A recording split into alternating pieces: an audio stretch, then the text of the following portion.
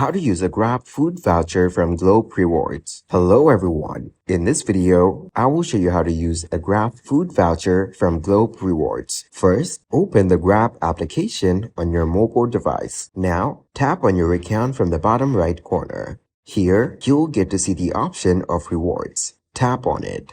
Next, open your web browser and search for Globe Rewards. Tap on the first link that appears in the results. Here, you need to get the voucher that we will use to grab food. To get it, you need to download the Globe One app and tap on the Rewards app. Then select an offer. After that, click Redeem. Wait for the confirmation notification, along with a message from 4438 containing the unique code. Once you get the code, go back to the Grab application. After that, select the offers that you want to get. Once you get it, tap on Add to Basket. Then, go to your basket and select Use Offers to get discounts. After that, add the promo or gift code that we get from Globe Rewards. Once it is redeemed, you'll be able to pay for your order by using this voucher. Thank you guys for watching this video. Hope you got some value. Make sure to like the video and subscribe to the channel to get notified of new videos. See you in the next one.